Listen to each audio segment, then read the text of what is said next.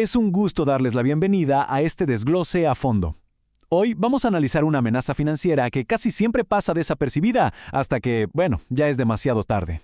Vamos a enfocarnos en el impuesto a la herencia en Chile y en cómo este gravamen tiene el poder de determinar, literalmente, la vida o la muerte de una empresa familiar tras el fallecimiento de quien la fundó. Porque no se trata solamente de pagar impuestos, se trata de ver si el trabajo de toda una vida logra mantenerse intacto o si termina desmoronándose por una mala estructura corporativa. Así que profundicemos en esto y veamos cómo la ley permite organizar el patrimonio de una manera muy inteligente y, por supuesto, totalmente legal.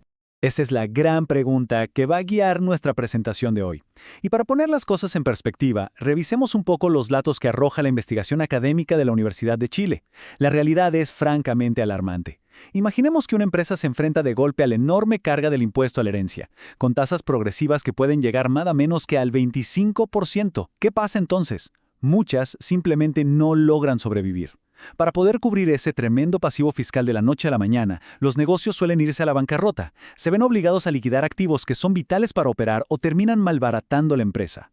O sea, sin una planificación previa, pasar el mando a la siguiente generación puede destruir el negocio por completo.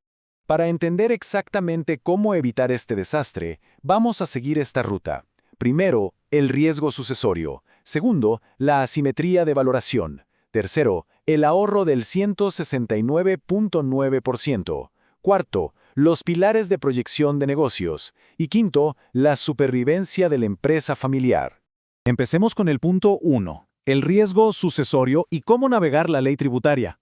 Es absolutamente fascinante cómo la ley chilena puede generar resultados financieros tan diametralmente opuestos basándose pura y exclusivamente en cómo se estructuró la propiedad del negocio. Aquí hay una simetría legal que es la raíz de todo. Por un lado tenemos el modelo de acciones, que es el típico de una sociedad por acciones o SPA, regulado en la ley de herencias. En este modelo las acciones se tasan a su valor comercial, es decir, según el precio de mercado o el valor corriente en plaza. Pero por otro lado está el modelo de derechos sociales que usamos en las sociedades de responsabilidad limitada. Bajo este modelo, la valoración es muchísimo más conservadora porque solo toma en cuenta el valor contable, o sea, los activos menos los pasivos. Esta diferencia, que parece un simple tecnicismo legal, es dinamita pura a la hora de calcular la base imponible del impuesto. Pasemos al punto 2. La asimetría de valoración. Una verdadera historia de dos futuros. Para aterrizar esto con números reales, tomemos el caso número 2 del estudio de la Universidad de Chile. Imaginemos a un fundador al que llamaremos José Toledo. Vamos a analizar dos escenarios paralelos para su patrimonio, donde él tiene una participación del 80%. En la situación C, tenemos una sociedad por acciones, y en la situación D, una sociedad de responsabilidad limitada. El dato clave aquí, y esto es muy importante, es que ambas empresas empiezan exactamente con la misma cantidad de dinero, un patrimonio base de 1.500 millones de pesos, los mismos activos. El punto de partida es idéntico. Esto nos deja el escenario perfecto para ver cómo la estructura legal que se elija antes de fallecer va a cambiar el destino de todo. Y aquí está el impacto real. Si aplicamos las reglas de tasación del modelo de acciones a la primera situación, buscando el valor de mercado, la base imponible se dispara a 2.472 millones de pesos. Sin embargo, si aplicamos la regla contable del modelo de derechos sociales a la segunda situación, la base se ajusta a tan solo 916 millones de pesos. Repito, es el mismo negocio, es la misma riqueza inicial, pero hay una diferencia colosal en la base sobre la cual el fisco va a cobrar ese temido 25%. Esto nos lleva directo al punto 3, el ahorro del 169.9% y el tremendo poder de los derechos sociales.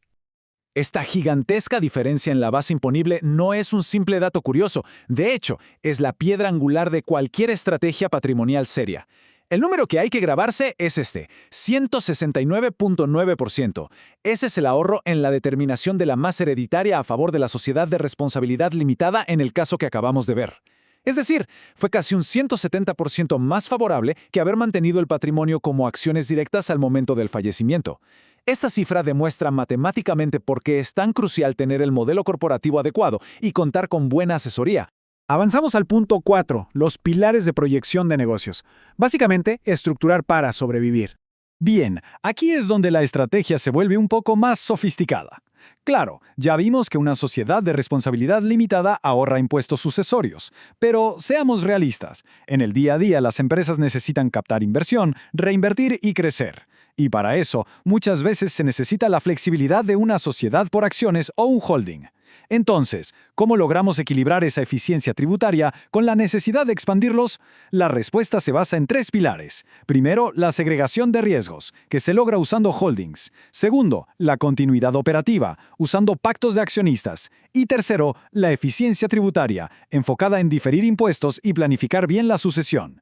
Estos tres elementos juntos son como el escudo protector del patrimonio de la familia. Desglosemos el primer pilar. Un holding familiar es, en esencia, una sociedad matriz de inversiones. Imagínenlo como la nave nodriza, que casi siempre es una S&P y que es dueña de las sociedades que realmente operan el negocio. ¿Por qué hacemos esto? Primero, porque separa el riesgo comercial del patrimonio acumulado. Y segundo, porque permite algo increíble, el diferimiento de los impuestos personales. Mientras las utilidades pasen de las operativas al holding y se queden ahí reinvertidas, la carga tributaria en el tiempo se optimiza de una manera brutal. Pero ojo, tener un holding maravilloso no sirve de nada si el día de mañana la familia se enfrasca en una guerra por el control. Y ahí es donde entra el segundo pilar, los pactos de accionistas. Son acuerdos privados que se firman en vida, cuando todo está tranquilo. Básicamente fijan las reglas del juego. Dictan cómo será la sucesión, quién puede ser gerente, cómo se valoran las acciones si alguien se quiere ir, y evitan que personas ajenas a la familia entren al negocio. Garantizan que, pase lo que pase, la empresa siga operando sin paralizarse por problemas legales. Y finalmente llegamos al punto 5, la supervivencia de la empresa familiar y la planificación lícita bajo escrutinio. Hasta ahora hemos hablado de cómo estructurar para ahorrar y proteger, lo cual suena espectacular. Pero hay que ser súper claros en algo. Reestructurar un patrimonio es totalmente legítimo, pero tiene que hacerse respetando estrictamente la ley. Hoy en día, con la norma general antielusiva, la fiscalización del Servicio de Impuestos Internos sobre las familias de alto patrimonio es muchísimo más rigurosa. Ya no se pueden crear sociedades de papel solo para evadir impuestos. Si una estructura corporativa es solo una fachada y no tiene una lógica comercial real detrás, el fisco simplemente la va a cuestionar e invalidar. Para que toda esta arquitectura legal se sostenga en el tiempo y nadie la pueda cuestionar, tiene que basarse en lo que la ley llama razones legítimas de negocio.